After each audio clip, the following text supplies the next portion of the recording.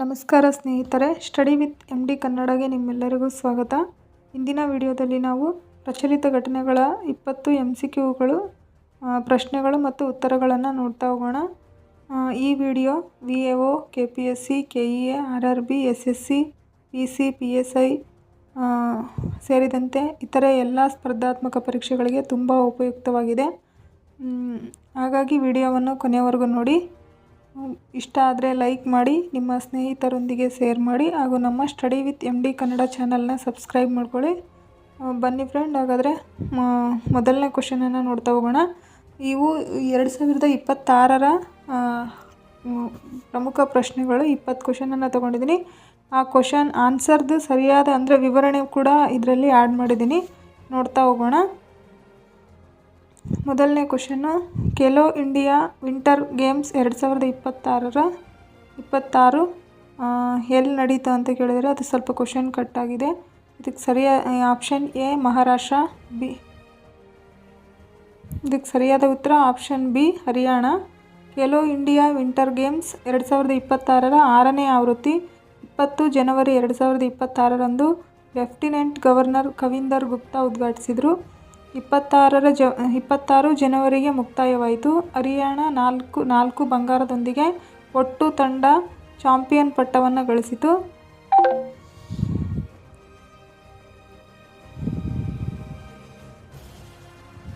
ಲಡಾಖ್ 2ನೇ ಸ್ಥಾನ ಮತ್ತು ಮಹಾರಾಷ್ಟ್ರ 3ನೇ ಸ್ಥಾನ ಪಡೆದಿದೆ. ಖೇಲೋ ಇಂಡಿಯಾ ವಿಂಟರ್ ಗೇಮ್ಸ್ನಲ್ಲಿ Haryana first, Ladakh second, Maharashtra 3.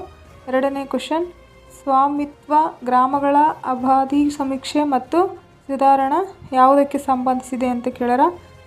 A ಪರಿಸರ, ಅರಣ್ಯ ಮತ್ತು ಹವಾಮಾನ ಪರಿವರ್ತನೆ ಸಚಿವಾಲಯ, ಬಿ ಪೆಟ್ರೋಲಿಯಂ ಮತ್ತು ನೈಸರ್ಗಿಕ ಅನಿಲ ಸಚಿವಾಲಯ, ಸಿ ಹೊಸ ಮತ್ತು ನವೀಕರಿಸಬಹುದಾದ ಶಕ್ತಿ ಸಚಿವಾಲಯ, ಡಿ ಪಂಚಾಯತ್ ರಾಜ್ ಸಚಿವಾಲಯ.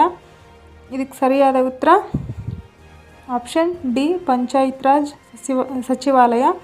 29 ಜನವರಿ 2026ರ ತನಕ ಸ್ವಾಮಿತ್ವ ಯೋಜನೆಯಡಿ ಭಾರತದ 1.86 ಲಕ್ಷ ಗ್ರಾಮಗಳಲ್ಲಿ 3.06 ಕೋಟಿ ಆಸ್ತಿಯ ಕಾರ್ಡ್ಗಳನ್ನು ಸಿದ್ಧಪಡಿಸಲಾಗಿದೆ.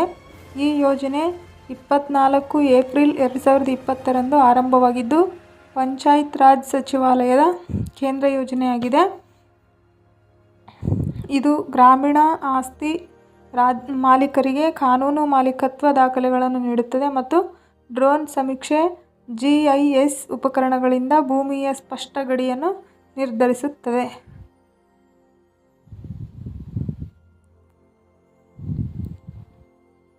ಮೂರನೇ ಕ್ವಶನು, ಪ್ರತಿ ವರ್ಷ ವಿಶ್ವ ಪಲ್ಸ್ ದಿನವನ್ನು ಯಾವ ದಿನ ಆಚರಿಸಲಾಗುತ್ತದೆ? A February 9, B February 10, C February 11, D February 12. ಇದಕ್ಕೆ ಸರಿಯಾದ ಉತ್ತರ ಆಪ್ಷನ್ ಬಿ. ಫೆಬ್ರವರಿ 10.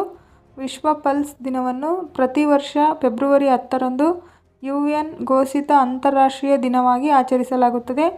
ಈ ದಿನವು ಪಲ್ಸ್ಗಳಾದ ತುರುಕಡಲೆ, ಅವರೆ, ಉರುಳೆಗಳಿಗೆ ಪೋಷಣಾ ಮೌಲ್ಯ, ಆಹಾರ ಭದ್ರತೆ ಮತ್ತು ಸ್ಥಿರ ಕೃಷಿಯಲ್ಲಿ ಅವುಗಳ ಪಾತ್ರವನ್ನು ಗಮನ ಸೆಳೆಯುತ್ತದೆ. ಪಲ್ಸ್ಗಳು ಪೌಷ್ಟಿಕ, ಕಡಿಮೆ ಬೆಲೆ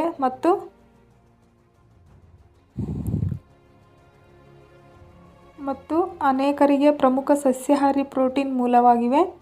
ಈ ದಿನವು ಪಲ್ಸ್ ಉತ್ಪಾದನೆ ಮತ್ತು ಸೇವನೆಯನ್ನು ಉತ್ತೇಜಿಸಿ ಉತ್ತಮ ಆಹಾರ ಮತ್ತು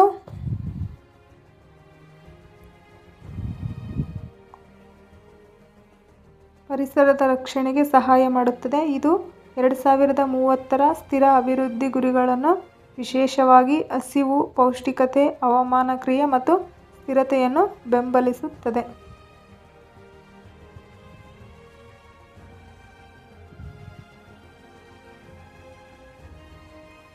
ನಾಲ್ಕನೇ ಕ್ವಶನು, ವೈದ್ಯರಿಂದ ನೇತೃತ್ವ ವಹಿಸಿದ ಪ್ರಪಂಚದ ಮೊದಲ ಕೃತಕ ಬುದ್ಧಿಮತ್ತೆ AI ಆರೋಗ್ಯ ವ್ಯವಸ್ಥೆ iLive Connect ಅನ್ನು ಯಾವ ದೇಶವು ಪ್ರಾರಂಭಿಸಿದೆ? A Bharat, B France, C Malaysia, D Singapore. ಇದಕ್ಕೆ ಸರಿಯಾದ ಉತ್ತರ ಆಪ್ಷನ್ ಎ ಭಾರತ.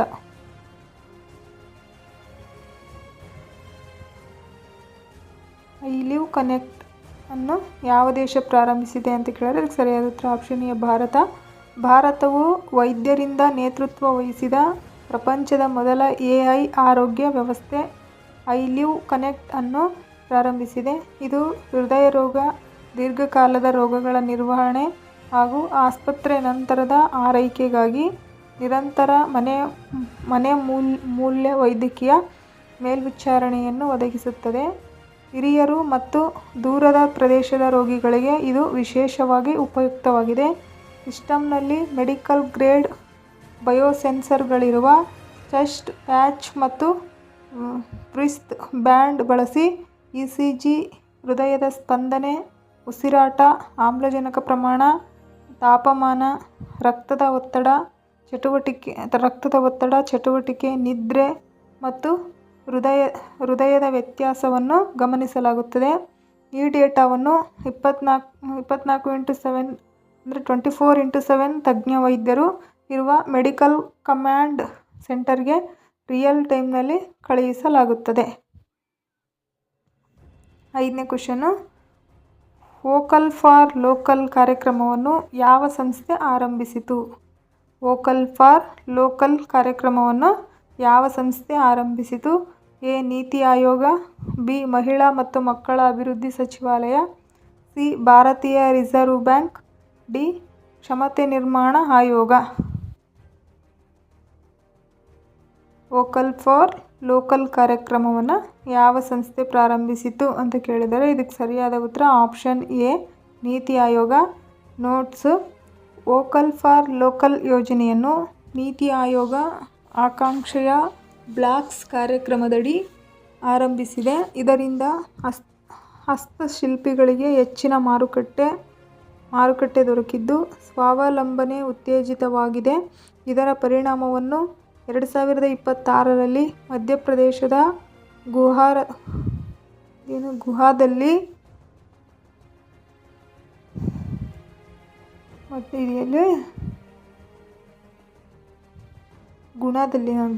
ಗುಣಾದಲ್ಲಿ ನಡೆದ ಹಸ್ತಶಿಲ್ಪ ಪ್ರದರ್ಶನದಲ್ಲಿ ನೋಡಲಾಯಿತು.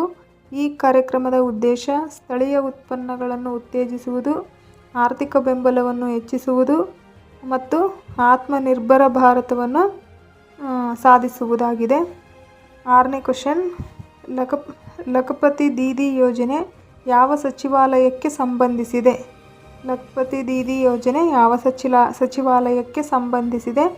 ಎ ಗ್ರಾಮೀಣಾಭಿವೃದ್ಧಿ ಸಚಿವಾಲಯ, ಬಿ ಕೃಷಿ ಸಚಿವಾಲಯ, ಸಿ ಹಣಕಾಸು ಸಚಿವಾಲಯ, ಡಿ ಮಹಿಳಾ ಮತ್ತು ಮಕ್ಕಳ ಅಭಿವೃದ್ಧಿ ಸಚಿವಾಲಯ. ಇದಕ್ಕೆ ಸರಿಯಾದ ಉತ್ತರ ಆಪ್ಷನ್ ಎ ಗ್ರಾಮೀಣಾಭಿವೃದ್ಧಿ ಸಚಿವಾಲಯ. ನೋಟ್ ಪಾಯಿಂಟ್: 2029ರ ಮಾರ್ಚ್ನೊಳಗೆ 6 ಕೋಟಿ ಲಖಪತಿ ದೀದಿಗಳ ಗುರಿಯನ್ನು ಸಾಧಿಸಲು ಕೇಂದ್ರ ಗ್ರಾಮೀಣಾಭಿವೃದ್ಧಿ ಮತ್ತು ಕೃಷಿ ಮತ್ತು ರೈತರ ಕಲ್ಯಾಣ ಸಚಿವರು ತ್ವರಿತ ಕ್ರಮಕ್ಕೆ ಸೂಚನೆ ನೀಡಿದ್ದಾರೆ. ಲಖಪತಿ ದೀದಿ ಎಂದರೆ ವಾರ್ಷಿಕ ಗೃಹ ಆದಾಯ ರೂ. 1 ಲಕ್ಷ ಅಥವಾ ಹೆಚ್ಚು ಹೊಂದಿರುವ ಸ್ವಸಹಾಯ ಗುಂಪಿನ ಸದಸ್ಯ ಕನಿಷ್ಠ 4 ಕೃಷಿ ಋತುಗಳು ಅಥವಾ ವ್ಯಾಪಾರ ಚಕ್ರಗಳಲ್ಲಿ ಸರಾಸರಿ ಮಾಸಿಕ ಆದಾಯ ರೂ. 10,000ಕ್ಕಿಂತ ಹೆಚ್ಚು ಇರಬೇಕು. ಈ ಯೋಜನೆಯನ್ನು ದೀನ್ ದಯಾಳ್ ಅಂತ್ಯೋದಯ ಯೋಜನೆ, ರಾಷ್ಟ್ರೀಯ ಗ್ರಾಮೀಣ ಜೀವನೋಪಾಯ ಮಿಷನ್ ಅಡಿಯಲ್ಲಿ ಪ್ರಾರಂಭಿಸಲಾಗಿದೆ. ನೋಡಲ್ ಸಚಿವಾಲಯ ಗ್ರಾಮೀಣಾಭಿವೃದ್ಧಿ ಸಚಿವಾಲಯವಾಗಿದೆ. ಇದಕ್ಕೆ ನೋಡಲ್ ಸಚಿವಾಲಯ ಯಾವುದಾಗಿದೆ ಅಂದರೆ ಗ್ರಾಮೀಣಾಭಿವೃದ್ಧಿ ಸಚಿವಾಲಯ ಆಗಿದೆ. 7ನೇ ಕ್ವೆಶ್ಚನ್ನು, ಅಂತಾರಾಷ್ಟ್ರೀಯ ಹಿಮಕರಡಿ ದಿನವನ್ನು ಪ್ರತಿ ವರ್ಷ ಯಾವ ದಿನ ಆಚರಿಸಲಾಗುತ್ತದೆ? ಅಂತಾರಾಷ್ಟ್ರೀಯ ಹಿಮಕರಡಿ ದಿನವನ್ನು ಪ್ರತಿ ವರ್ಷ ಯಾವ ದಿನ ಆಚರಿಸಲಾಗುತ್ತದೆ? February 25, February 26, February 27, February 28. ಅಂತಾರಾಷ್ಟ್ರೀಯ ಹಿಮಕರಡಿ ದಿನವನ್ನು ಪ್ರತಿ ವರ್ಷ ಯಾವ ದಿನ ಆಚರಿಸಲಾಗುತ್ತದೆ? 25, 26, 27, 28. ಇದಕ್ಕೆ ಸರಿಯಾದ ಉತ್ತರ option C February 27. Note point: ಹವಾಮಾನ ಬದಲಾವಣೆ ಮತ್ತು ಆರ್ಕ್ಟಿಕ್ ಸಮುದ್ರ ಹಿಮ ಕರಗುವಿಕೆಯಿಂದ ಉಂಟಾಗುವ ಅಪಾಯಗಳ ಬಗ್ಗೆ ಜಾಗೃತಿ ಹರಡುವುದಕ್ಕಾಗಿ ಅಂತಾರಾಷ್ಟ್ರೀಯ ಹಿಮಕರಡಿ ದಿನವನ್ನು ಪ್ರತಿ ವರ್ಷ ಫೆಬ್ರವರಿ 27ರಂದು ಆಚರಿಸಲಾಗುತ್ತದೆ. ಇದನ್ನು ಪೋಲಾರ್ ಬೇರ್ಸ್ ಇಂಟರ್ನ್ಯಾಷನಲ್ ಆಯೋಜಿಸುತ್ತದೆ. ಇದನ್ನು ಯಾವುದು ಆಯೋಜಿಸುತ್ತದೆ ಅಂದರೆ ಪೋಲಾರ್ ಬೇರ್ಸ್ ಇಂಟರ್ನ್ಯಾಷನಲ್ ಆಯೋಜಿಸುತ್ತದೆ. ತಾಯಿ ಹಿಮಕರಡಿಗಳು ಮತ್ತು ಮರಿಗಳು ಹಿಮಗುಹೆಗಳಲ್ಲಿ ಇರುವ ದುರ್ಬಲ ಅವಧಿಯನ್ನು ಈ ದಿನ ಪ್ರಸ್ತಾಪಿಸುತ್ತದೆ. ಹಿಮಕರಡಿಗಳು ಬದುಕಿಗಾಗಿ ಸೀಲ್ಗಳನ್ನು ಬೇಟೆಯಾಡಲು ಸಮುದ್ರ ಹಿಮವನ್ನು ಅವಲಂಬಿಸುತ್ತವೆ. ತಾಪಮಾನ ಹೆಚ್ಚಾಗುವುದರಿಂದ ಸಮುದ್ರ ಹಿಮದ ಪ್ರಮಾಣ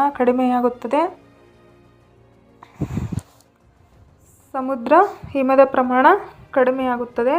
ಬೇಟೆಯಾಡುವ ಪ್ರದೇಶಗಳು ಕುಗ್ಗುತ್ತವೆ ಮತ್ತು ಮರಿಗಳ ಉಳಿವು ಪ್ರಮಾಣವು ಇಳಿಯುತ್ತದೆ. ಈ ದಿನ ಆರ್ಕ್ಟಿಕ್ ಪರಿಸರ ವ್ಯವಸ್ಥೆಗಳ ಶಿಕ್ಷಣ, ವೈಜ್ಞಾನಿಕ ಸಂಶೋಧನೆ ಹಾಗೂ ಸಂರಕ್ಷಣೆಗೆ ಪ್ರೋತ್ಸಾಹ ನೀಡುತ್ತದೆ. ಈ ದಿನ ಯಾವುದಕ್ಕೆ ಪ್ರೋತ್ಸಾಹ ನೀಡುತ್ತದೆ ಅಂದರೆ ಶಿಕ್ಷಣ, ವೈಜ್ಞಾನಿಕ ಸಂಶೋಧನೆ ಹಾಗೂ ಸಂರಕ್ಷಣೆಗೆ ಪ್ರೋತ್ಸಾಹ ನೀಡುತ್ತದೆ. 8ನೇ ಕ್ವೆಶ್ಚನ್ನು, ಇತ್ತೀಚೆಗೆ ಸುದ್ದಿಯಲ್ಲಿ ಕಾಣಿಸಿಕೊಂಡ ನೀಲಗಿರಿ ಮರ ಪಾರಿವಾಳವು ಯಾವ ಪ್ರದೇಶಕ್ಕೆ ಸ್ಥಳೀಯವಾಗಿದೆ? ಯಾವುದು ನೀಲಗಿರಿ ಮರ ಪಾರಿವಾಳ ಯಾವ ಪ್ರದೇಶಕ್ಕೆ ಸ್ಥಳೀಯವಾಗಿದೆ ಅಂತ ಕೇಳಿದರೆ ಎ ಲಡಾಖ್, ಬಿ ಛೋಟಾ ನಾಗಪುರ್ ಪೀಠಭೂಮಿ, ಸಿ ಪಶ್ಚಿಮ ಘಟ್ಟಗಳು, ಡಿ ಪೂರ್ವ ಘಟ್ಟಗಳು. ಇದಕ್ಕೆ ಸರಿಯಾದ ಉತ್ತರ ಆಪ್ಷನ್ ಸಿ ಪಶ್ಚಿಮ ಘಟ್ಟಗಳು. ನೋಟ್ ಪಾಯಿಂಟ್: ಇತ್ತೀಚಿನ ಅಧ್ಯಯನದಂತೆ ಹವಾಮಾನ ಬದಲಾವಣೆ ಈ ಶತಮಾನದ ಅಂತ್ಯದ ವೇಳೆಗೆ ನೀಲಗಿರಿ ಮರ ಪಾರಿವಾಳದ ಆವಾಸವನ್ನು ಪಶ್ಚಿಮ ಘಟ್ಟಗಳ ಕೆಲವು ಪ್ರತ್ಯೇಕ ಪ್ರದೇಶಗಳಿಗೆ ಸೀಮಿತಗೊಳಿಸಬಹುದು ಎಂದು ಎಚ್ಚರಿಸಲಾಗಿದೆ. ಈ ಪಾರಿವಾಳವು ಭಾರತದ ಪಶ್ಚಿಮ ಘಟ್ಟಗಳಿಗೆ ಮಾತ್ರ ಸೀಮಿತವಾಗಿರುವ ಸ್ಥಳೀಯ ಪ್ರಭೇದವಾಗಿದೆ. ಇದು ದೊಡ್ಡದು, ಗಾಢ ಬಣ್ಣದಿದ್ದು ಕುತ್ತಿಗೆಯಲ್ಲಿ ವಿಶಿಷ್ಟ ಚದುರಿದ ಚಿತ್ತಾರವನ್ನು ಹೊಂದಿದೆ. ಇದು ಎತ್ತರದ ಆರ್ದ್ರ ನಿತ್ಯ ಹರಿದ್ವರ್ಣ, ತೇವ ನಿತ್ಯ ಹರಿದ್ವರ್ಣ, ಅರ್ಧ ನಿತ್ಯ ಹರಿದ್ವರ್ಣ ಹಾಗೂ ಶೋಲಾ ಕಾಡುಗಳಲ್ಲಿ ವಾಸಿಸುತ್ತದೆ. ಮುಖ್ಯವಾಗಿ ನೀಲಗಿರಿ ಮತ್ತು ಅಣ್ಣಾಮಲೈ ಬೆಟ್ಟಗಳಲ್ಲಿ ಕಂಡುಬರುತ್ತದೆ. ಬಿಳಿಗಿರಿರಂಗನ ಬೆಟ್ಟಗಳು, ನಂದಿ ಬೆಟ್ಟಗಳು ಮತ್ತು ಉತ್ತರ ಮಹಾರಾಷ್ಟ್ರದಲ್ಲೂ ಸ್ವಲ್ಪ ಜನಸಂಖ್ಯೆ ಇದೆ. ನೀಲಗಿರಿ ಮರ ಪಾರಿವಾಳ. 9ನೇ ಕ್ವೆಶ್ಚನ್, ಕೇಂದ್ರೀಯ ಉಗ್ರಾಣ ನಿಗಮ CWC ಯಾವ ಸಚಿವಾಲಯದ ಅಧೀನದಲ್ಲಿ ಕಾರ್ಯನಿರ್ವಹಿಸುತ್ತದೆ? ಕೇಂದ್ರೀಯ ಉಗ್ರಾಣ ನಿಗಮ ಯಾವ ಸಚಿವಾಲಯದ ಅಧೀನದಲ್ಲಿ ಕಾರ್ಯನಿರ್ವಹಿಸುತ್ತದೆ ಅಂತ ಕೇಳ್ಯಾರ. ಎ ವಾಣಿಜ್ಯ ಮತ್ತು ಕೈಗಾರಿಕಾ ಸಚಿವಾಲಯ, ಬಿ ಕೃಷಿ ಮತ್ತು ರೈತರ ಕಲ್ಯಾಣ ಸಚಿವಾಲಯ, ಸಿ ಗ್ರಾಹಕರ ವ್ಯವಹಾರಗಳು. ಇದಕ್ಕೆ ಸರಿಯಾದ ಉತ್ತರ ಆಪ್ಷನ್ ಸಿ ಗ್ರಾಹಕರ ವ್ಯವಹಾರಗಳು, ಆಹಾರ ಮತ್ತು ಸಾರ್ವಜನಿಕ ವಿತರಣಾ ಸಚಿವಾಲಯ. ನೋಟ್ ಪಾಯಿಂಟ್: 2026 ಮಾರ್ಚ್ 2ರಂದು ನವದೆಹಲಿಯ ಭಾರತ್ ಮಂಟಪದಲ್ಲಿ ಕೇಂದ್ರ ಉಗ್ರಾಣ ನಿಗಮದ 70ನೇ ಸ್ಥಾಪನಾ ದಿನವನ್ನು ಕೇಂದ್ರ ಸಚಿವ ಪ್ರಹ್ಲಾದ್ ಜೋಶಿ ಉದ್ಘಾಟಿಸಿದರು. ಕೇಂದ್ರ ಉಗ್ರಾಣ ನಿಗಮವು ಗ್ರಾಹಕರ ವ್ಯವಹಾರಗಳು, ಆಹಾರ ಮತ್ತು ಸಾರ್ವಜನಿಕ ವಿತರಣಾ ಸಚಿವಾಲಯದ ಅಧೀನದಲ್ಲಿರುವ ಕೇಂದ್ರ ಸಾರ್ವಜನಿಕ ವಲಯ ಸಂಸ್ಥೆಯಾಗಿದ್ದು, ಆಹಾರ ಭದ್ರತೆ, ಸಂಗ್ರಹಣೆ ಮತ್ತು ಲಾಜಿಸ್ಟಿಕ್ಸ್ ಕ್ಷೇತ್ರಗಳಿಗೆ ಬೆಂಬಲ ನೀಡುತ್ತದೆ. ಹಣಕಾಸು ವರ್ಷ 2024-25ರಲ್ಲಿ ಸಂಸ್ಥೆಯು 2776.88 ಕೋಟಿ ಗರಿಷ್ಠ ವಹಿವಾಟು ಮತ್ತು 711.60 ಕೋಟಿ ತೆರಿಗೆ ಮೊದಲು ಲಾಭ ದಾಖಲಿಸಿದೆ. ಇದು 2023-24ಗಿಂತ ಹೆಚ್ಚು. ಸಂಸ್ಥೆಯು 160.10 ಕೋಟಿ ಲಾಭಾಂಶವನ್ನು ಪ್ರಸ್ತಾವಿಸಿದ್ದು, ಡಿಜಿಟಲ್ ಮತ್ತು ಮೂಲಸೌಕರ್ಯ ವಿಸ್ತರಣೆಯ ಮೂಲಕ 2025-26ರಲ್ಲಿ ಹೆಚ್ಚಿನ ಬೆಳವಣಿಗೆಗೆ ಉದ್ದೇಶಿಸಿದೆ. 10ನೇ ಕ್ವೆಶ್ಚನ್ನು, ಕಡಿಮೆ ತಾಪಮಾನದ ಥರ್ಮಲ್ ಡಿಸಾಲಿನೇಷನ್ LTTD ಕಾರ್ಯಕ್ರಮವನ್ನು ಯಾವ ಸಂಸ್ಥೆ ಜಾರಿಗೆ ತಂದಿದೆ? ಎ ಭಾರತೀಯ ಬಾಹ್ಯಾಕಾಶ ಸಂಶೋಧನಾ ಸಂಸ್ಥೆ, ಬಿ ರಾಷ್ಟ್ರೀಯ ಸಾಗರ ಸಂಶೋಧನಾ ಸಂಸ್ಥೆ, ಸಿ ವೈಜ್ಞಾನಿಕ ಮತ್ತು ಕೈಗಾರಿಕಾ ಸಂಶೋಧನಾ ಮಂಡಳಿ, ಡಿ ರಕ್ಷಣಾ ಸಂಶೋಧನೆ ಮತ್ತು ಅಭಿವೃದ್ಧಿ ಸಂಸ್ಥೆ. ತಾಪಮಾನದ ಥರ್ಮಲ್ ಡಿಸಾಲಿನೇಷನ್ ಕಾರ್ಯಕ್ರಮವನ್ನು ಯಾವ ಸಂಸ್ಥೆ ಜಾರಿಗೆ ತಂದಿದೆ ಅಂತ ಕೇಳಿದರೆ ಇದಕ್ಕೆ ಸರಿಯಾದ ಉತ್ತರ ಆಪ್ಷನ್ ಬಿ ರಾಷ್ಟ್ರೀಯ ಸಾಗರ ತಂತ್ರಜ್ಞಾನ ಸಂಸ್ಥೆ. ನೋಟ್ ಪಾಯಿಂಟ್: ಭೂವಿಜ್ಞಾನಿಗಳ ಕೇಂದ್ರ ಸಚಿವರು ಇತ್ತೀಚೆಗೆ ಲಕ್ಷದ್ವೀಪದ ಕವರಟ್ಟಿಯಲ್ಲಿ ಇರುವ ಕಡಿಮೆ ತಾಪಮಾನದ ಥರ್ಮಲ್ ಡಿಸಾಲಿನೇಷನ್ LTTD ಘಟಕಕ್ಕೆ ಭೇಟಿ ನೀಡಿ ಲವಣಮುಕ್ತ ನೀರಿನ ಸೌಲಭ್ಯಗಳನ್ನು ಪರಿಶೀಲಿಸಿದರು. ಕಡಿಮೆ ತಾಪಮಾನದ ಥರ್ಮಲ್ ಡಿಸಾಲಿನೇಷನ್ ಎಂಬುದು ಸಮುದ್ರದ ನೀರಿನ ತಾಪಮಾನ ವ್ಯತ್ಯಾಸವನ್ನು ಬಳಸಿಕೊಂಡು ಉಪ್ಪು ನೀರನ್ನು ಕುಡಿಯುವ ನೀರಾಗಿ ಪರಿವರ್ತಿಸುವ ತಂತ್ರಜ್ಞಾನವಾಗಿದೆ. LTTD ಅಂದರೆ ನೀರಿನ ತಾಪಮಾನ ವ್ಯತ್ಯಾಸವನ್ನು ಕುಡಿಯುವ ನೀರಾಗಿ ಉಪ್ಪು ನೀರನ್ನು ಕುಡಿಯುವ ನೀರಾಗಿ ಪರಿವರ್ತಿಸುವ ತಂತ್ರಜ್ಞಾನವಾಗಿದೆ. ಈ ಯೋಜನೆಯನ್ನು ಭೂವಿಜ್ಞಾನಿಗಳ ಸಚಿವಾಲಯದ ಅಧೀನದಲ್ಲಿರುವ ರಾಷ್ಟ್ರೀಯ ಸಾಗರ ತಂತ್ರಜ್ಞಾನ ಸಂಸ್ಥೆ ಜಾರಿಗೆ ತಂದಿದೆ. ಕವರಟ್ಟಿ, ಮಿನಿಕಾಯ್, ಅಗತ್ತಿ ಮತ್ತು ಕಾಲ್ಪೇನಿ ಸೇರಿ 8 ಲಕ್ಷ ದ್ವೀಪಗಳಲ್ಲಿ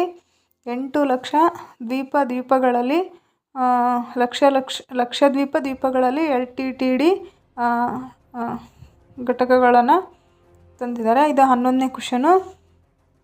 ಹೈಸ್ಪೀಡ್ ಬ್ರಾಡ್ಬ್ಯಾಂಡ್ ಸಂಪರ್ಕ ಒದಗಿಸುವ ಉದ್ದೇಶದಿಂದ ಪ್ರಾಜೆಕ್ಟ್ ಗಂಗಾಯನ್ನು ಯಾವ ರಾಜ್ಯ ಸರ್ಕಾರ ಆರಂಭಿಸಿದೆ? ಹೈಸ್ಪೀಡ್ ಬ್ರಾಡ್ಬ್ಯಾಂಡ್ ಸಂಪರ್ಕ ಒದಗಿಸುವ ಉದ್ದೇಶದಿಂದ ಪ್ರಾಜೆಕ್ಟ್ ಗಂಗಾವನ್ನು ಯಾವ ರಾಜ್ಯ ಉದ್ಘಾಟಿಸಿದೆ ಅಂತ ಕೇಳಿದ್ರೆ ಸರಿಯಾದ ಉತ್ತರ ಉತ್ತರ ಪ್ರದೇಶ್. ನೋಟ್ ಪಾಯಿಂಟ್: ಉತ್ತರ ಪ್ರದೇಶ ಸರ್ಕಾರವು 2-3 ವರ್ಷಗಳೊಳಗೆ 20 ಲಕ್ಷಕ್ಕೂ ಹೆಚ್ಚು ಮನೆಗಳಿಗೆ ಹೈಸ್ಪೀಡ್ ಬ್ರಾಡ್ಬ್ಯಾಂಡ್ ಸಂಪರ್ಕ ಒದಗಿಸಲು ಪ್ರಾಜೆಕ್ಟ್ ಗಂಗಾ ಬೆಳವಣಿಗೆ ಮತ್ತು ಸಂಪರ್ಕ ಒದಗಿಸಲು ಪ್ರಾಜೆಕ್ಟ್ ಗಂಗಾ ಬೆಳವಣಿಗೆ ಮತ್ತು ಪ್ರಗತಿಗಾಗಿ ಸರ್ಕಾರಿ ನೆರವಿನ ಜಾಲ ಅನ್ನು ಆರಂಭಿಸಿದೆ. ಲಕ್ನೋದಲ್ಲಿ ರಾಜ್ಯ ಪರಿವರ್ತನೆ ಆಯೋಗ STC ಮತ್ತು ಒನ್ OTT ಎಂಟರ್ಟೈನ್ಮೆಂಟ್ ಲಿಮಿಟೆಡ್ ನಡುವೆ ಒಪ್ಪಂದ MOU ಸಹಿ ಮಾಡಲಾಗಿದೆ. ಈ ಯೋಜನೆಯು ಗ್ರಾಮೀಣ ಹಾಗೂ ಅರೆ-ನಗರ ಪ್ರದೇಶಗಳಲ್ಲಿ ಡಿಜಿಟಲ್ ಸಂಪರ್ಕವನ್ನು ವಿಸ್ತರಿಸುವುದರ ಜೊತೆಗೆ 1 ಲಕ್ಷಕ್ಕೂ ಹೆಚ್ಚು ಉದ್ಯೋಗ ಸೃಷ್ಟಿಸುವ ಗುರಿಯಿದೆ. ಗ್ರಾಮ ಮಟ್ಟದ ನ್ಯಾಯ ಪಂಚಾಯತ್ಗಳಲ್ಲಿ 8,000ರಿಂದ 10,000 ಡಿಜಿಟಲ್ ಸೇವಾ ಪೂರೈಕೆದಾರರನ್ನು 8ರಿಂದ 10,000 ಡಿಜಿಟಲ್ ಸೇವಾ ಪೂರೈಕೆದಾರರನ್ನು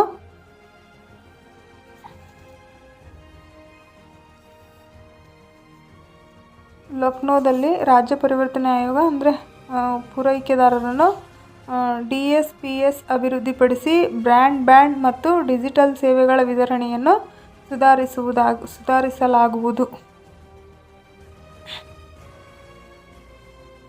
12ನೇ ಕ್ವಶನು. ಶಿಕ್ಷಣ ಸಚಿವಾಲಯ ಮತ್ತು ಯಾವ ಸಂಸ್ಥೆಯ ಸಹಭಾಗಿತ್ವದಲ್ಲಿ ಸಾತಿ ವೇದಿಕೆ ಪ್ರಾರಂಭಿಸಲಾಯಿತು? ಶಿಕ್ಷಣ ಸಚಿವಾಲಯ ಮತ್ತು ಇನ್ನೊಂದು ಸಂಸ್ಥೆಯಿಂದ ಸಹಭಾಗಿತ್ವದಿಂದ ಸಾತಿ ವೇದಿಕೆ ಪ್ರಾರಂಭಿಸಲಾಯಿತು ಅಂತ ಕೇಳ್ಯಾರ. IIT Delhi, IIT Kanpur. ಇದಕ್ಕೆ ಸರಿಯಾದ ಉತ್ತರ IIT ಕಾನ್ಪುರ್. ನೋಟ್ ಪಾಯಿಂಟ್: ಶಿಕ್ಷಣ ಸಚಿವಾಲಯ ಮತ್ತು ಭಾರತೀಯ ತಂತ್ರಜ್ಞಾನ ಸಂಸ್ಥೆ ಕಾನ್ಪುರ್ IIT ಕಾನ್ಪುರ್ ಸಂಯುಕ್ತವಾಗಿ ವಿದ್ಯಾರ್ಥಿಗಳಿಗಾಗಿ ಉಚಿತ ಕಲಿಕಾ ವೇದಿಕೆಯಾಗಿರುವ ಸಾತಿ ಪ್ರವೇಶ ಪರೀಕ್ಷೆಗಳಿಗೆ ಸ್ವಯಂ ಮೌಲ್ಯಮಾಪನ ಪರೀಕ್ಷೆ ಮತ್ತು ಸಹಾಯ ಅಪ್ಲಿಕೇಶನ್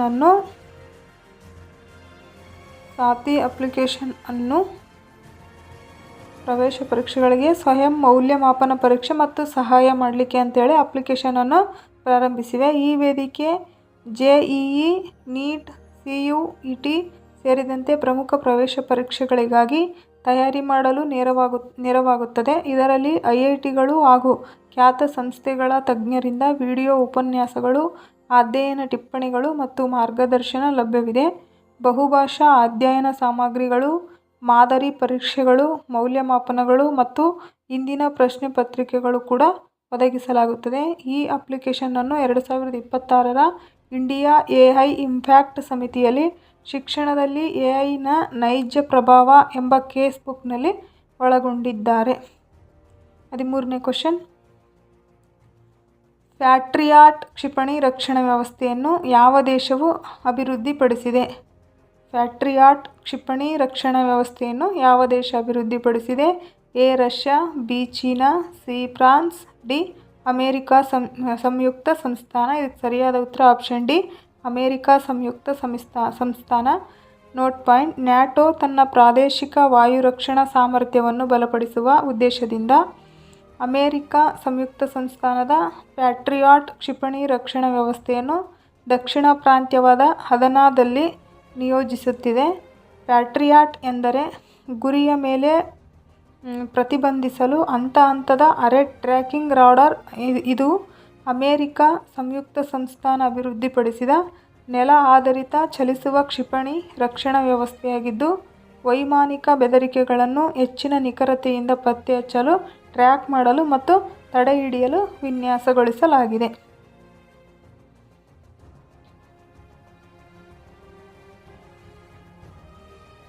14ನೇ ಕ್ವೆಶ್ಚನ್. ಇತ್ತೀಚೆಗೆ ಸುದ್ದಿಗಳಲ್ಲಿ ಕಾಣಿಸಿಕೊಂಡ ಚಪ್ಗರಸ್ ನಂಕಿ ಯಾವ ಜಾತಿಗೆ ಸೇರಿದೆ? ಸಮುದ್ರ ಕ್ರ್ಯಾಬ್, ಮೀನು, ಸ್ಪೈಡರ್, ಹಾವು. ಇದಕ್ಕೆ ಸರಿಯಾದ ಉತ್ತರ ಆಪ್ಷನ್ ಸಮುದ್ರ ಕ್ರ್ಯಾಬ್, ಮೀನು, ಸ್ಪೈಡರ್, ಸಮುದ್ರ crab. Note point: zoological survey of India ಇತ್ತೀಚೆಗೆ ಗೋವಾದ ಮ್ಯಾಂಗ್ರೋವ್ಗಳಿಂದ ಚೌಗರಸ್ ನಂಕಿ ಎಂಬ ಹೊಸ ಸಮುದ್ರ ಕ್ರ್ಯಾಬ್ ಪ್ರಭೇದವನ್ನು ಕಂಡುಹಿಡಿದಿದೆ. ಈ ಪ್ರಭೇದಕ್ಕೆ ಸಿಂಗಾಪುರದ ನ್ಯಾಷನಲ್ ಯೂನಿವರ್ಸಿಟಿ ಆಫ್ ಸಿಂಗಾಪುರದ ಪ್ರಸಿದ್ಧ ಸಮುದ್ರ ಜೀವಶಾಸ್ತ್ರಜ್ಞ ದಿವಂಗತ ಈ ಜೀವಿಗೆ ಸಿಂಗಾಪುರದ ನ್ಯಾಷನಲ್ ಯೂನಿವರ್ಸಿಟಿ ಆಫ್ ಸಿಂಗಾಪುರದ ಪ್ರಸಿದ್ಧ ಸಮುದ್ರ ಜೀವಶಾಸ್ತ್ರಜ್ಞ ದಿವಂಗತ ಜ್ಞಾನ್ ಕಿ ಜ್ಞಾ ಅವರ ಗೌರವಾರ್ಥವಾಗಿ ಹೆಸರು ನೀಡಲಾಗಿದೆ. ಇದು ಭಾರತದ ಪಶ್ಚಿಮ ಕರಾವಳಿಯ ಮಣ್ಣಿನಿಂದ ಕೂಡಿದ ಇಂಟರ್ಟೈಡಲ್ ಮ್ಯಾಂಗ್ರೋವ್ ಕಾಡುಗಳಲ್ಲಿ ಕಂಡುಬರುತ್ತದೆ. ಮ್ಯಾಂಗ್ರೋವ್ ಕ್ರ್ಯಾಬ್ಗಳು ಚಪ್ಗರಸ್ ನಂಕಿ ಸೇರಿದಂತೆ ಪೋಷಕಾಂಶಗಳನ್ನು ಮರುಬಳಕೆ ಮಾಡುವ ಮತ್ತು ಕರಾವಳಿ ಆಹಾರ ಸರಪಳಿಯನ್ನು ಬೆಂಬಲಿಸುವ ಮೂಲಕ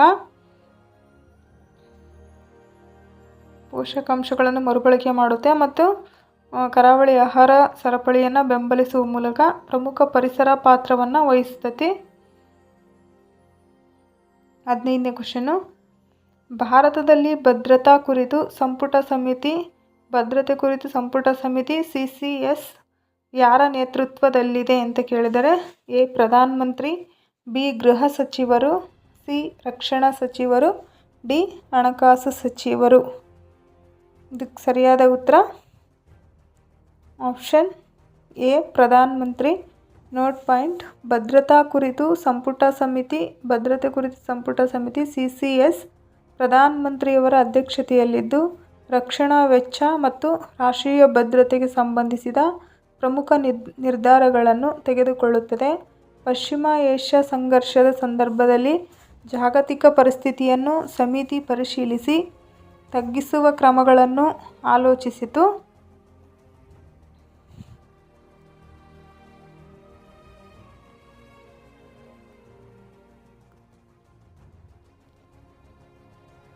ಸ್ವತಂತ್ರ ನಂತರ 1947ರಲ್ಲಿ ಜವಾಹರಲಾಲ್ ನೆಹರು ಅವರು ಭದ್ರತಾ ಸವಾಲುಗಳನ್ನು ಎದುರಿಸಲು ಈ ಸಮಿತಿಯನ್ನು ಸ್ಥಾಪಿಸಿದರು.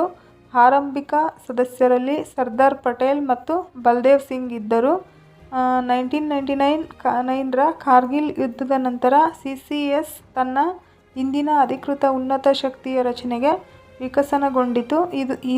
ಇದು ಭಾರತ ಸರ್ಕಾರದ ಆಂತರಿಕ ಹಾಗೂ ಬಾಹ್ಯ ಭದ್ರತಾ ವಿಷಯಗಳಿಗೆ ಸಂಬಂಧಿಸಿದ ಅತ್ಯುನ್ನತ ನಿರ್ಧಾರ ತೆಗೆದುಕೊಳ್ಳುವ ಸಂಸ್ಥೆಯಾಗಿದೆ. 16ನೇ ಕ್ವೆಶ್ಚನ್. ಗ್ಲೋಬ್ ಇ ನೆಟ್ವರ್ಕ್ ಯಾವ ಉಪಕ್ರಮದ ಆಧಾರದ ಮೇಲೆ ಸ್ಥಾಪಿಸಲಾಯಿತು? ಎ. ಪ್ಯಾರಿಸ್ ಹವಾಮಾನ ಒಪ್ಪಂದ, ಬಿ. ಬೀಜಿಂಗ್ ಘೋಷಣೆ, ಸಿ. ರಿಯಾದ್ ಉಪಕ್ರಮ, ಡಿ. ಜಿನೆವಾ ಒಪ್ಪಂದ. ಇದಕ್ಕೆ ಸರಿಯಾದ ಉತ್ತರ ಆಪ್ಷನ್ ಸಿ.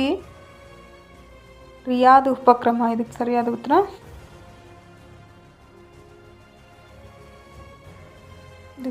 ಉತ್ತರ ಆಪ್ಷನ್ ಸಿ. ರಿಯಾದ್ ಉಪಕ್ರಮ. ಭಾರತವು ಗ್ಲೋಬ್ ಇ ನೆಟ್ವರ್ಕ್ನ 12ನೇ ಸ್ಟೀರಿಂಗ್ ಸಮಿತಿಯ ಸಭೆಯನ್ನು ಆಯೋಜಿಸಿತ್ತು. ಈ ನೆಟ್ವರ್ಕನ್ನು G20 ಸೌದಿ ಅರೇಬಿಯಾ ಅಧ್ಯಕ್ಷತೆ 2020ರ ಸಮಯದಲ್ಲಿ ರಿಯಾದ್ ಉಪಕ್ರಮದ ಆಧಾರದ ಮೇಲೆ 2021ರಲ್ಲಿ ಸ್ಥಾಪಿಸಲಾಯಿತು. ಇದು ಭ್ರಷ್ಟಾಚಾರ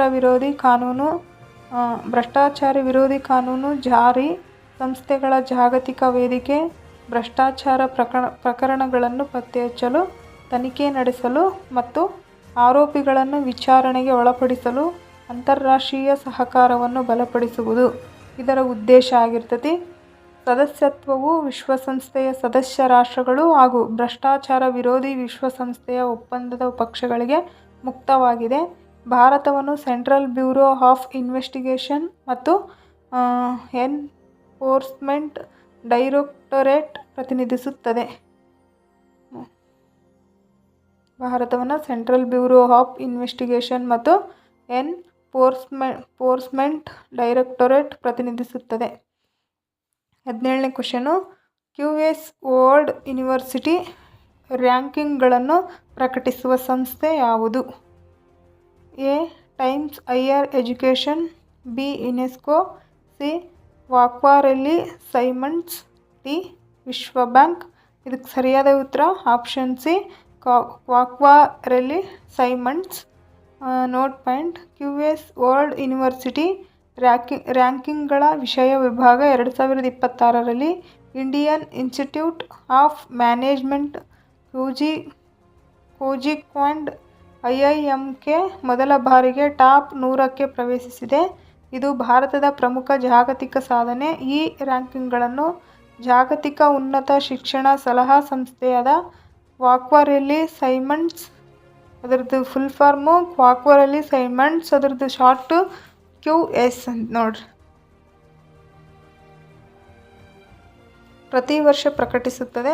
ಶೈಕ್ಷಣಿಕ ಖ್ಯಾತಿ, ಉದ್ಯೋಗದಾತರ ಖ್ಯಾತಿ ಮತ್ತು ಉದ್ಯೋಗ ಫಲಿತಾಂಶಗಳಂತಹ ಮಾನದಂಡಗಳನ್ನು ಆಧರಿಸಿ ವಿಶ್ವವಿದ್ಯಾಲಯಗಳನ್ನು ಮೌಲ್ಯಮಾಪನ ಮಾಡಲಾಗುತ್ತದೆ. IIT, ISM ಧನ್ಬಾದ್ ಮತ್ತು IIT, ISM ಧನ್ಬಾದ್ ಮತ್ತು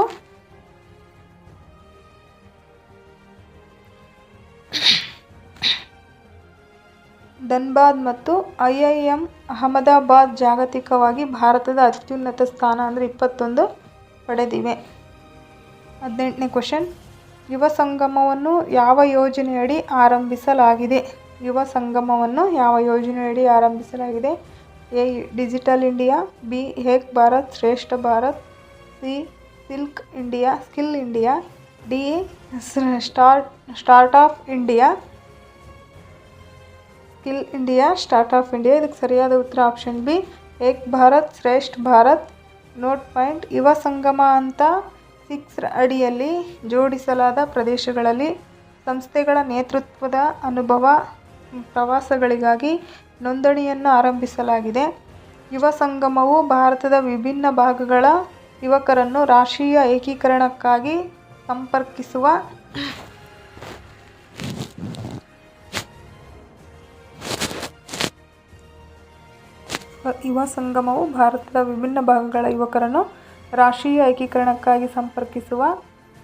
ಯುವ ವಿನಿಮಯ ಕಾರ್ಯಕ್ರಮವಾಗಿದೆ. ಇದು 18ರಿಂದ 30 ವರ್ಷ ವಯಸ್ಸಿನ ವಿದ್ಯಾರ್ಥಿಗಳು, ರಾಷ್ಟ್ರೀಯ ಸೇವಾ ಯೋಜನೆ NSS, ಸ್ವಯಂ ಸೇವಕರು, ನೆಹರು ಯುವ ಕೇಂದ್ರ ಸಂಘಟನಾ NYKS ಸದಸ್ಯರು ಹಾಗೂ ಯುವ ವೃತ್ತಿಪರರನ್ನು ಗುರಿಯಾಗಿಸಿಕೊಂಡಿದೆ. ಈ ಕಾರ್ಯಕ್ರಮವನ್ನು ಶಿಕ್ಷಣ ಸಚಿವಾಲಯವು ಉನ್ನತ ಶಿಕ್ಷಣ ಸಂಸ್ಥೆಗಳ ಮೂಲಕ ಅನುಷ್ಠಾನಗೊಳಿಸುತ್ತದೆ. ವೈವಿಧ್ಯತೆಯಲ್ಲಿ ಏಕತೆಯನ್ನು ಬಲಪಡಿಸುವ ಉದ್ದೇಶದಿಂದ ಏಕ್ ಭಾರತ್ ಶ್ರೇಷ್ಠ ಭಾರತ್ EBSB ಯೋಜನೆಯಡಿ ಇದನ್ನು ಆರಂಭಿಸಲಾಗಿದೆ. EBSB ಯೋಜನೆಯಡಿಯಲ್ಲಿ ಇದನ್ನು ಆರಂಭಿಸಲಾಗಿದೆ. 19ನೇ ಕ್ವೆಶ್ಚನ್, ಸಂಘಟಿತ ಸೇವಾ ವಲಯ ಉದ್ಯಮಗಳ ವಾರ್ಷಿಕ ಸಮೀಕ್ಷೆ ASISSE ಯನ್ನು ಯಾವ ಸಂಸ್ಥೆ ಪ್ರಾರಂಭಿಸಿದೆ? ಎ. ನೀತಿ ಆಯೋಗ, ಬಿ. ಭಾರತೀಯ ರಿಸರ್ವ್ ಬ್ಯಾಂಕ್, ಸಿ. ರಾಷ್ಟ್ರೀಯ ಅಂಕಿಅಂಶ ಕಚೇರಿ, ಡಿ. ಭದ್ರತಾ ಮತ್ತು ವಿನಿಮಯ ಮಂಡಳಿ.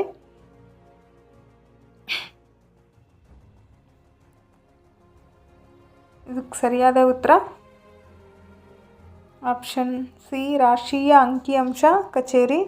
ನೋಟ್ ಪಾಯಿಂಟ್, ಅಂಕಿಅಂಶ ಮತ್ತು ಕಾರ್ಯಕ್ರಮ ಅನುಷ್ಠಾನ ಸಚಿವಾಲಯದ ಅಧೀನದಲ್ಲಿರುವ ರಾಷ್ಟ್ರೀಯ ಅಂಕಿಅಂಶ ಕಚೇರಿಯು 2026ರ ಏಪ್ರಿಲ್ನಲ್ಲಿ ಮೊದಲ ಬಾರಿಗೆ ಸಂಘಟಿತ ಸೇವಾ ವಲಯ ಉದ್ಯಮಗಳ ವಾರ್ಷಿಕ ಸಮೀಕ್ಷೆ ASISSE ಅನ್ನು ಪ್ರಾರಂಭಿಸಿದೆ. ಈ ಸಮೀಕ್ಷೆ 2024-25ರ ಹಣಕಾಸು ವರ್ಷವನ್ನು ಉಲ್ಲೇಖ ಅವಧಿಯಾಗಿ ತೆಗೆದುಕೊಂಡು ಎಲ್ಲ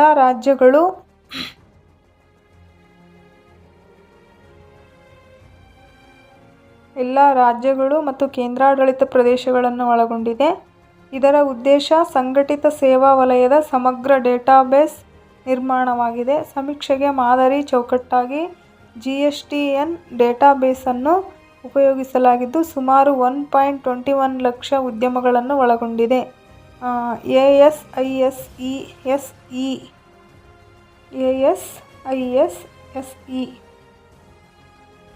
ಕಂಪನಿಗಳ ಕಾಯ್ದೆ 1956/2013 ಮತ್ತು ಸೀಮಿತ ಹೊಣೆಗಾರಿಕೆ ಪಾಲುದಾರಿಕೆ ಕಾಯ್ದೆ 2008ರ ಅಡಿಯಲ್ಲಿ ನೋಂದಾಯಿತ ಕಾರ್ಪೊರೇಟ್ ಘಟಕಗಳ ಮೇಲೆ ಕೇಂದ್ರೀಕರಿಸಿದೆ. ವ್ಯಾಪಾರ, ಸಾರಿಗೆ, ಆತಿಥ್ಯ, IT, ಶಿಕ್ಷಣ ಮತ್ತು ಆರೋಗ್ಯ ಸೇರಿದಂತೆ ಭಾರತದ ಆರ್ಥಿಕತೆಗೆ ಪ್ರಮುಖವಾದ ವಿವಿಧ ಸೇವಾ ವಲಯಗಳನ್ನು ಇದು ಒಳಗೊಂಡಿದೆ.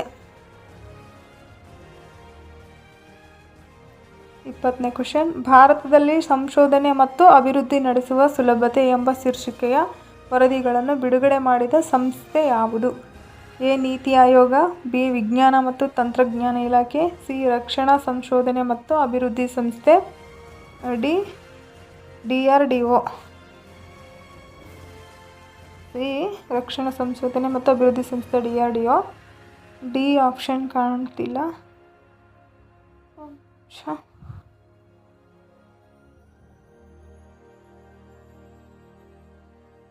ಇದಕ್ಕೆ ಸರಿಯಾದ ಉತ್ತರ ಆಪ್ಷನ್ A. ನೀತಿ ಆಯೋಗ. ನೀತಿ ಆಯೋಗವು 2026ರ ಏಪ್ರಿಲ್ 9ರಂದು ನವದೆಹಲಿಯಲ್ಲಿ ಭಾರತದಲ್ಲಿ ಸಂಶೋಧನೆ ಮತ್ತು ಅಭಿವೃದ್ಧಿ ನಡೆಸುವ ಸುಲಭತೆ ಹಾಗೂ ಭಾರತದಲ್ಲಿ R&D ನಡೆಸುವ ಸುಲಭತೆ ಕುರಿತ ಸಮೀಕ್ಷಾ ವರದಿ ಎಂಬ 2 ವರದಿಗಳನ್ನು ಬಿಡುಗಡೆ ಮಾಡಿತು.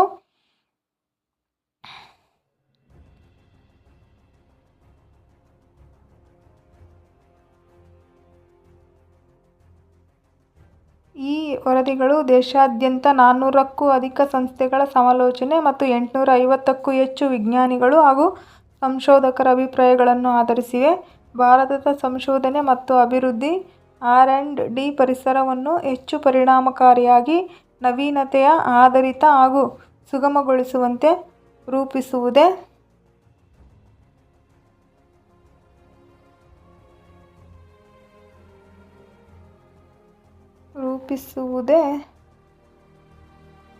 ಇದರ ಉದ್ದೇಶ. ಖಾಸಗಿ ವಲಯದ ಭಾಗವಹಿಸುವಿಕೆ, ಹೊಂದಿಕೊಳ್ಳುವ ವ್ಯವಸ್ಥೆಗಳು ಮತ್ತು ನಂಬಿಕೆ ಆಧಾರಿತ ವಾತಾವರಣಕ್ಕೆ ವರದಿಗಳು ಮಹತ್ವ ನೀಡಿವೆ. ಇದರಿಂದ ವಿಜ್ಞಾನ ಹಾಗೂ ನಾವೀನ್ಯತೆಯಲ್ಲಿ ಭಾರತದ ಜಾಗತಿಕ ನಾಯಕತ್ವ ಲಭಿಸಿದೆ. ಇವು ಮಂಡಳಿಗಳು, ಸಚಿವಾಲಯಗಳು, ಪ್ರಧಾನ ಕಚೇರಿಗಳಿವೆ. ಭಾರತದ ಕಾಫಿ ಮಂಡಳಿ ವಾಣಿಜ್ಯ ಮತ್ತು ಕೈಗಾರಿಕಾ ಸಚಿವಾಲಯ ಬೆಂಗಳೂರು, ಕರ್ನಾಟಕದಲ್ಲಿದೆ. ಭಾರತದ ಚಹಾ ಮಂಡಳಿ ವಾಣಿಜ್ಯ ಮತ್ತು ಕೈಗಾರಿಕಾ ಸಚಿವಾಲಯ ಕೋಲ್ಕತ್ತಾ, ಪಶ್ಚಿಮ ಬಂಗಾಳದಲ್ಲಿದೆ. ರಾಷ್ಟ್ರೀಯ ಮಕಾನ್ ಮಂಡಳಿ ಕೃಷಿ ಮತ್ತು ರೈತರ ಕಲ್ಯಾಣ ಸಚಿವಾಲಯ ಇದು ಪುರಿನಿಯಾ, ಬಿಹಾರದೊಳಗಿದೆ. ಭಾರತದ ತಂಬಾಕು ಮಂಡಳಿ ವಾಣಿಜ್ಯ ಮತ್ತು ಕೈಗಾರಿಕಾ ಸಚಿವಾಲಯ ಗುಂಟೂರು, ಆಂಧ್ರ ಪ್ರದೇಶದಾಗೈತಿ. ಸೆಣಬಿನ ಮಂಡಳಿ ಜವಳಿ ಸಚಿವಾಲಯ ಪಶ್ಚಿಮ ಬಂಗಾಳ, ಕೋಲ್ಕತ್ತಾದಾಗೈತಿ. ಭಾರತದ ರಬ್ಬರ್ ಮಂಡಳಿ ವಾಣಿಜ್ಯ ಮತ್ತು ಕೈಗಾರಿಕಾ ಸಚಿವಾಲಯ ಕೊಟ್ಟಯಂ, ಕೇರಳದೊಳಗಿದೆ. ತೆಂಗು ಅಭಿವೃದ್ಧಿ ಮಂಡಳಿ ಕೃಷಿ ಮತ್ತು ರೈತರ ಕಲ್ಯಾಣ ಸಚಿವಾಲಯ ಕೊಚ್ಚಿ, ಕೇರಳದಲ್ಲಿದೆ. ಭಾರತದ ತೆಂಗಿನ ನಾರಿನ ಮಂಡಳಿ MSME ಸಚಿವಾಲಯ ಸೂಕ್ಷ್ಮ, ಸಣ್ಣ ಮತ್ತು ಮಧ್ಯಮ ಕೈಗಾರಿಕಾ ಸಚಿವಾಲಯದೊಳಗೆ ಬರ್ತೈತಿ. MSME ನಿರ್ವಹಣೆ ಮಾಡ್ತದೆ. ಭಾರತದ ಸಾಂಬಾರು ಪದಾರ್ಥಗಳ ಮಂಡಳಿ ವಾಣಿಜ್ಯ ಮತ್ತು ಕೈಗಾರಿಕಾ ಸಚಿವಾಲಯ ಕೊಚ್ಚಿ, ಕೇರಳ. ರಾಷ್ಟ್ರೀಯ ಅರಿಶಿನ ಮಂಡಳಿ ವಾಣಿಜ್ಯ ಮತ್ತು ಕೈಗಾರಿಕಾ ಸಚಿವಾಲಯ ನಿಜಾಮಾಬಾದ್, ತೆಲಂಗಾಣ. ರಾಷ್ಟ್ರೀಯ ತೋಟಗಾರಿಕಾ ಮಂಡಳಿ NHB ಕೃಷಿ ಮತ್ತು ರೈತರ ಕಲ್ಯಾಣ ಸಚಿವಾಲಯ ಗುರುಗ್ರಾಮ್, ಹರಿಯಾಣ. ವಿಡಿಯೋ ಇಷ್ಟ ಆದರೆ ಲೈಕ್ ಮಾಡಿ ಹಾಗೂ ನಿಮ್ಮ ಸ್ನೇಹಿತರೊಂದಿಗೆ ಶೇರ್ ಮಾಡಿ. ಪ್ರತಿದಿನ ಇದೇ ತರಹ MCQಗಳಿಗಾಗಿ ನಮ್ಮ ಸ್ಟಡಿ ವಿತ್ MD ಕನ್ನಡ ಚಾನಲ್ನ ಸಬ್ಸ್ಕ್ರೈಬ್ ಮಾಡ್ಕೊಳ್ಳಿ. ಮತ್ತೆ ಮುಂದಿನ ವಿಡಿಯೋದಲ್ಲಿ ಸಿಗೋಣ. ಧನ್ಯವಾದಗಳು ಫ್ರೆಂಡ್.